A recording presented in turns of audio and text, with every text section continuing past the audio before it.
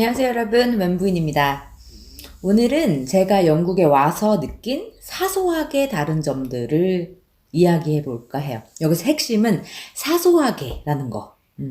너무 사소해서 다른 사람들한테 말해 주기도 좀 약간 민망한 그런 종류의 다름을 얘기해 볼까 합니다. 첫째는 숫자를 쓰는 법이에요. 컴퓨터로 타이핑하는 숫자 말고 손으로 쓰는 숫자. 물론 사람마다 필체도 다르고 손에 있고 눈에 있는 것들도 다 다르겠지만 일단 제가 쓰는 제 필체로의 숫자를 먼저 보여드릴게요. 자, 일단 저는 숫자를 이렇게 씁니다. 0, 1, 2,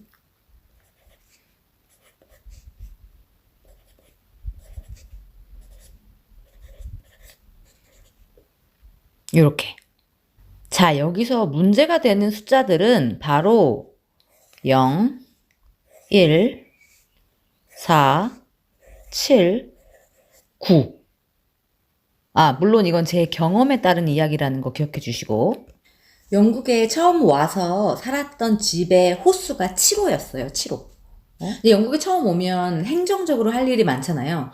은행도 열어야 되고, 병원도 등록해야 되고, 핸드폰도 개통해야 되고, 뭐 이렇게 등등. 이런 기관에서 이렇게 등록을 하거나 할 때는 이제 서류 작성을 수기로 하죠. 영국은 아직도 모든 중요한 서류들이 다 편지, 이제 레터로 옵니다. 이제 이메일도 있지만 특히 중요한 서류들은 다 편지로 와요. 그렇게 처음에 왔을 때 신청을 하고 이제 등록을 하고 집에서 기다리는데 이렇게 신청을 했던 은행 카드나 뭐 이런 컨펌 레터들이 안 와요.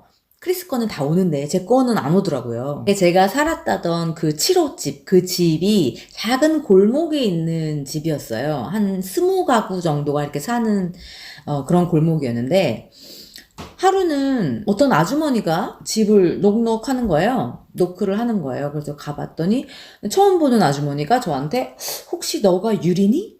라고 하는 거예요. 그래서 맞다. 내가 유리다. 근데 너 어떻게 알았니? 그러니까 너 성이 뭐니? 그래서 웸브리지다. 그랬더니 너구나. 이러면서 편지 다발을 저한테 주는 거예요. 몇 개는 반송을 했는데 하도 많이 와가지고 일단 받아놓고 나중에 한꺼번에 반송을 하려고 했다더라고요. 그렇게 일단 받아놓고 있었는데 몇 주 전부터 외국인 하나가 우리 골목에 보여?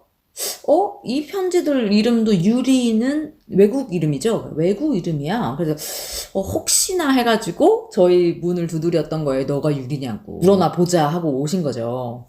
어떻게 된 건가 하고 보니 제가 쓰는 7자가 1처럼 보인다는 거예요. 거기서 이제 문제가 생겼다는 거죠. 그러니까 제 전화번호도 이제 그때 7과 9가 되게 많았는데 이제 전화도 안 와. 그러니까 어디선가 망한 거야. 그래서 다시 한번 볼게요. 영국에서 숫자는 보통 이렇게 씁니다. 자, 이번에는 영국식.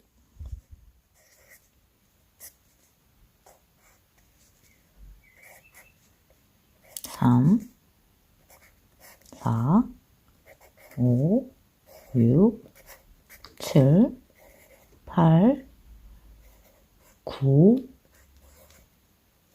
10. 자, 이렇게 씁니다.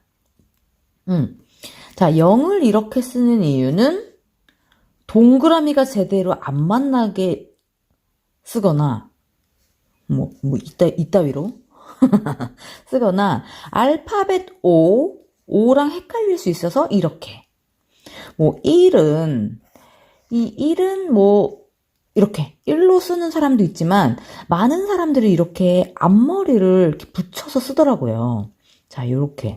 그러니까 여기서 저의 7이랑 헷갈리게 된 거예요. 전 7을 이렇게 썼으니까. 이게 앞머리가 있는 1이랑 헷갈렸나 봐요. 제 필체 탓이기도 하지만. 그 다음에 이 4는 이렇게 머리가, 우리나라는 이렇게 쓰는 사람도 많잖아요. 물론 이렇게 쓰는 사람도 있지만.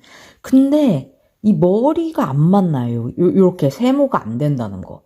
만나게 쓰는 사람도 있으려나? 근데 저는 이렇게 만나는 4는 영국에서 아직 못 봤습니다. 그 다음에 이 7은 이렇게 7자에 이걸 그어서 아니면 이렇게 정직하게. 그 다음에 9는 사실 이게 맞죠. 이렇게 쓰는 게. 근데 저는 이렇게 썼거든요. 제 필체. 어떻게, 뭐야. 이렇게. 그런데 9는 그냥 이렇게 정직하게. 10도 이 앞머리 있는 1 이렇게. 어떻게 10을 1을 이렇게 썼지? 이렇게, 그래, 이건 알겠는데, 이렇게 쓰더라. 이게 1이에요. 그러니까 헷갈릴만 하지. 내 7이랑 2 헷갈린 거지. 이 두 개가. 그렇더라고요. 그래서 이 기관들한테 그때 일일이 다시 전화해가지고 내 주소와 전화번호가 제대로 등록이 되어 있느냐 이렇게 확인을 하고 그랬더랍니다. 그 다음은 숫자랑 같은 맥락이기도 하지만 우리가 어떤 체크리스트에 작은 네모칸이라던가 뭔가를 체크를 할 때 우리나라는 동그라미를 쓰잖아요. 뭐 지난 24시간 동안 술을 마신 적 있습니까? 그러면 맞다 그러면 동그라미, 아니면 이렇게 틱 이렇게 하거나. 근데 얘네는 X를 하는 거예요. 어떻게 하냐면 뭐 어쩌고저쩌고 하셨습니까? 그리고 네모가 이렇게 있잖아요. 뭐 이렇게 체크리스트 뭔지 아시죠? 근데 우리나라는 뭐 동그라미 아니면 뭐 틱 이렇게 하는데 얘네는 여기다가 이렇게 X를 표시를 하는 거예요. 이렇게. 우리한테는 X 표시가 부정의 의미잖아요. 아니다. 뭐 했니? 아니야. 그럼 X. 똥 맞다? 똥골뱅이. 이렇게 하는데 얘네는 X가 맞아. X인 거예요. 그래서 저는 이상하다. 그랬더니 이제 크리스는 이게 OX의 문제가 아니고 그냥 그렇다. 이게 뭔가 틱의 개념이라고 넣는 거죠. 틱. 그럼 틱을 하지. 왜 X를 하냐. 한 번은 이제 크리스가 어떤 설문조사를 하는 그거를 쫙 작성을 해놨는데 처음에 몰랐을 때 보니까 다 X를 해놨어. 당신은 35세에서 40세 사이입니까? X. 맞는데. 그래가지고 한 4장 되는 거를 제가 다 지워가지고 동그라미로 다 바꿔놨거든요. 그랬더니 크리스가 와서 기겁을 하면서 맨 앞장을 보라는 거예요. 설문지 맨 앞장. 보니까 해당되는 항목에 검은색 펜으로 X로 표시해 주세요. 이렇게 써 있더라고요. Sorry. 그 다음 사소하게 다른 점은 손가락 꼽는 법. 되게 사소하죠. 우리는 이렇게 꼽잖아요. 응? 거기 누가 왔더라? 유리, 크리스, 레슬리, 캣, 마크 이렇게 꼽잖아요. 근데 여기는 피더라고요. 이렇게 유리, 크리스 이렇게 하나, 둘, 셋. 근데 이렇게 하는 거예요. 그래서 저도 이렇게 버릇이 됐어요. 이게 더 편하던데? 자꾸 하고 보니까. 그래서 오늘은 양파를 사고 파도 사고 뭐도 사고 이렇게. 이것도 달라요.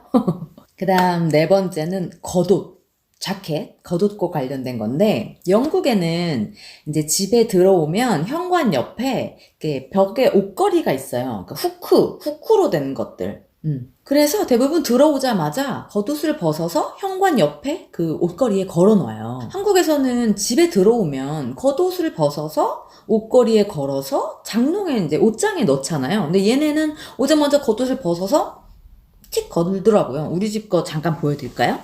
이렇게 현관에서 들어오면 이런 후크로 된 옷걸이들 있죠. 그래서 겉옷들을 이렇게 이제 걸어 놓게 되는 거죠. 또 입고 나가기도 하고 바로.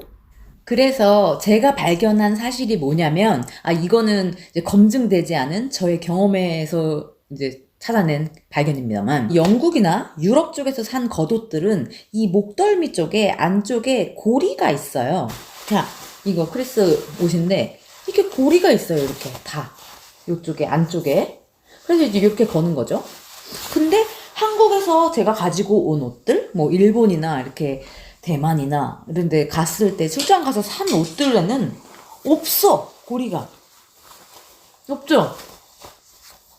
그래서 이렇게 한국 옷들은 고리에 못 걸어요. 이렇게 걸면 여기가 목덜미가 튀어나와 버리니까 옷감이. 암튼 그렇다고요. 그 다음 발견은 영국에 와서 보니까 알레르기가 있는 사람이 너무 많다. 이건 영국의 문제가 아니고 서양의 문제인 것 같아요. 문제지. 그렇게 한국에도 물론 알러지 있는 분들이 많지만 꽃가루 알레르기나 강아지, 고양이 털 알레르기 이런 거 말고 음식과 관련된 알러지, 리액션이 많은 게 이렇게나 많아? 너무 흔하더라고요. 땅콩 제일 흔하고 글루텐, 글루텐이 또 엄청 많고, 뭐 해산물이나 뭐 특정 과일, 심지어 빨간 색깔 과일은 안 돼. 막 이런 거 있잖아요.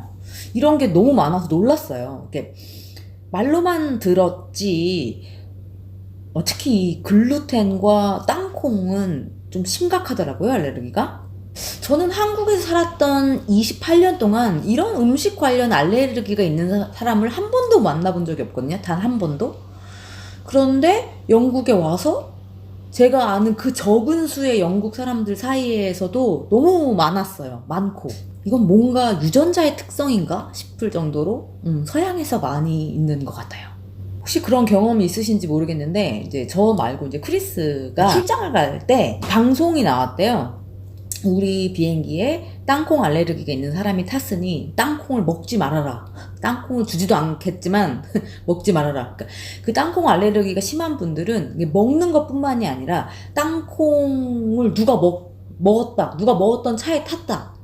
라던가 이렇게 뭔가 공기 중에 뭐가 있나 보죠? 그러면 막 호흡 곤란이나 막 심하더라고요. 물론 베지테리안이나 비건 이런 사람들은 개인의 선택으로 이루어지는 문제니까 차치하고, 알러지들은 이제 몸과 건강과 관련된 거니까 중요하죠. 이제 제가 지난 영상, 결혼식 영상, 언제야? 118회의 영상에서 잠깐 말씀드렸던 대로 제가 한국에서 결혼식을 할 때 이제 크리스의 데모님께서 오셨거든요. 근데 이분이 글루텐 이제 알러지가 심하게 있다고 저한테 미리 말씀을 해주셨어요.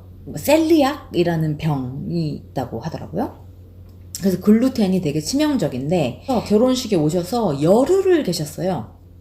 이제 관광도 하시고 한국에 오신 김에 이제 저한테 좀 이렇게 메모 같은 걸 써달라고 하더라고요. 글루텐을 못 먹습니다. 뭐 어쩌고저쩌고. 근데 저는 그때만 해도 이 글루텐이란 말은 들어봤지 얘가 도대체 뭘 하는지 얘가 그냥 단백질인 건 알았지. 이제 곡물류에 많이 있는 단백질이에요, 글루텐이. 근데 이거에 대한 어떤 리액션이 나올 수 있는가, 도대체 글루텐이 들어있는 모든 음식들 종류는 뭐가 있는가를 몰랐었던 때였거든요. 그래서 찾아봤더니 아니 한국에서 아무것도 못 먹겠더라고. 이제 곡물에 들어가 있는 거니까 밀가루가 제일 심하고, 뭐 쌀, 보리, 뭐 난리가 나. 몰라. 너무 어려워. 아니 우리는 쌀과 밀가루로 이루어지는 게 다 아닙니까? 다른 음식들은 다 밥이랑 먹는 반찬, 뭐 약간 요런 류잖아요. 근데 더 큰 문제는 뭐였냐면, 이 데모님께서 아주 소량의 글루텐만으로도 되게 심각해지시나 봐요. 배가 부풀고 심한 복통이 오고 막 토하고 목이 부어서 식도가 붓고 막 호흡 아무튼 이렇게 되는데, 아니 식당에 가면 거기에 나오는 한 끼마다 나오는 반찬이 몇십 개며 어떤 음식에 글루텐이 들어갔는지, 어떤 반찬을 만들 때 이제 밀가루나 뭐 그런 곡류를 사용했으며 이런 거를 공지를 안 해놓잖아요. 그리고 주방장도 모를걸? 곡류에서 많이 나온다고 하지만 과자 시즈닝에도 밀가루가 들어간다고 하더라고요. 그러니까 눈에 보이는 그런 밀가루 뿐만이 아니라 글루텐이 들어간 음식이 천지일 텐데 그거를 얘기를 해줄 사람도 없고 자기 스스로 확인할 길도 없으니까 이건 아무것도 못 먹지 뭐. 좀 위험해가지고. 그래가지고 결국은 이제 숙소를 옮기셔서 이제 셀프 케이터링 하는 데 있잖아요. 레지던스 같은 데로 가셔서 3끼를 그렇게 다 해먹고 열흘 동안 30끼를 해 드시면서 계시다 가셨어요. 안타깝죠. 요새는 이제 세상이 좋아지고 이제 다이어트 등등 뭐 이렇게 해가지고 글루텐에 대한 인식이나 정보들이 많지만 제가 결혼했던 11년 전에는 그렇지 않았어요. 글루텐 프리 다이어트도 없고, 요새는 그런 데도 있더라고요. 글루텐 프리 식단 뭐 이런 것들. 그래서 그때 고생 많이 하셨어요. 근데 그때 처음 제가 글루텐에 대한 거를 이제 듣고, 이분이 가지고 계신 병이구나 생각했더니 글루텐 알러지가 있는 사람들이 너무 많은 거죠. 그래서 영국에 있는 이제 레스토랑이나 이제 음식을 파는 사이트에는 항상 글루텐 프리 사인들이 꼭 이렇게 적혀 있어요. 그것도 조금 신선했어요. 우리나라는 그렇지 않잖아요. 그래서 많은 것들이 신기하고, 또 나는 그렇게 음식과 관련된 알러지들이 없어서 다행이고 감사하고 뭐 그렇습니다. 그 다음은 약. 메디슨. 약, 특히 진통제와 관련해서 그 약의 성분 자체가 약 이름인 경우가 대다수라는 거.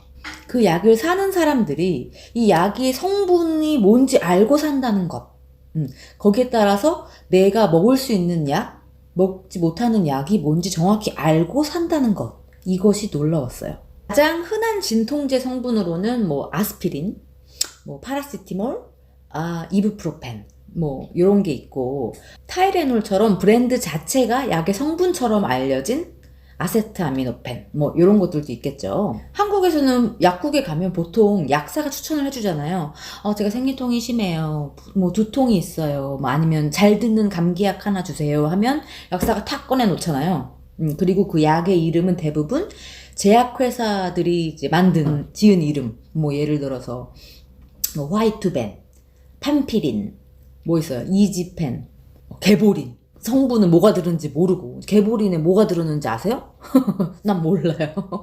저도 이렇게 약사분께서 꺼내주신 그걸 그냥 받아갖고 오죠. 뭐가 들은지도 모르고 알려고 하지도 않고, 그게 또 중요한 것도 아니고, 약사 전폭 신뢰. 근데 영국 사람들은 각 약에 뭐가 들어갔는지 정확하게 알고 내가 필요한 약, 파라시티몰 주세요, 뭐 이부프로펜이랑 코딘이랑 섞인 거 주세요, 뭐 이렇게 약을 사더라고요. 일단 약 이름도 그래. 약 이름이 성분 이름이라고 했잖아요. 보여드릴게요. 이렇게 이부프로펜, 이게 약 이름이에요. 이제 이걸 사는 거지. 이부프로펜 주세요 그럼 이부프로펜을 줘요. 정말 스트레이트 포워드하죠? 이거 주세요 하면 이거 줘요. 특히 제 신랑 크리스는 이제 혈관에 관련된 유전병이 있어요. 그래서 아스피린, 이부프로펜 이렇게 피를 묽게 만드는 진통제는 먹으면 안 되거든요. 이제 그 사실을 아는 것. 그래서 자기 스스로 약을 선택할 수 있는 것. 그게 당연한 것. 이런 것들이 놀라웠습니다. 저도 본의 아니게 크리스 때문에 이런 약들을 먹으면 이렇게 되는구나 더 신경 쓰기도 하고, 얘한테 뭘 먹여야 되는지를 더 애쓰기도 하고, 그런 경향도 이제 커졌죠. 그리고 감기약이라는 개념이 없더라고요, 영국에는. 그냥 파라시티몰, 아이브로펜, 그냥 몸살이 나면 그거 먹고 쉬어. 우리나라는 진통제와 별개로 감기약이 있잖아요. 뭐 진통 소염 성분이 대부분이겠지만 감기약이라는 게 있잖아요. 쌍화탕도 있고. 제가 영국에 온 첫 해에 감기 몸살이 아주 심하게 걸렸어요. 독감에 걸렸던 것 같아요, 그때는 보니까. 그래서 몸살로 막 다 죽어가다가 이거 안 되겠다. 이제 병원에 이제 전화를 했어요. 여기 병원은 기본적으로 예약제거든요. 그래서 이제 의사를 좀 보려고 병원에 가겠다고, 나 감기가 걸렸으니까. 영국에 대해서 잘 모를 때 이제 전화를 한 거죠. 이제 전화를 하면 그 리셉션에서 예약을 잡기 전에 이제 증상을 물어봐요. 이제 기본 증상. 왜냐면 얘를 3일 후에 받을 것인가, 5일 후에 받을 것인가, 이제 그런 거를 이제 정하려고. 이제 거기서 물어보더라고요. 이제 리셉션에서. 증상이 뭐예요? 그래서 막 이것저것 얘기를 했지. 그랬더니 너 65세 이상이니? 아니. 너 지병이 있니? 아니. 너 지금 임신 중이니? 아니. 그랬더니 그래, 그러면은 푹 쉬어. 나한테 따뜻한 거 먹고 파라시티몰 하나 먹고 푹 쉬어. 그러는 거예요. 내가 나 그거 다 했는데도 아파가지고 전화한 거야. 했더니 쉬어. 이러는 거예요. 그러고 끊었어. 병원에 못 오게 올 필요가 없다는 거죠. 그래가지고 내가 지랄 하면서 크리스한테 영국 병원이 미쳤다. 내가 아파 죽겠는데 한국에서는 독감에 걸리면 주사 한 대 빵 맞으면 낫는데 왜 여기는 나를 오지도 못하게 하느냐. 그랬더니 크리스가 주사? 무슨 주사? 이러고 하는 거예요. 감기 주사. 그랬더니 그 주사 뭘 맞는 거냐, 진통제를 맞는 거냐, 아니면 비타민이냐 막 이렇게 물어보는데 모르겠는 거예요. 무슨 주사, 거기 뭘 놓냐고? 뭐 감기에 좋은 거 다 때려 넣은 주사겠지 뭐. 그랬더니 막 웃는 거예요.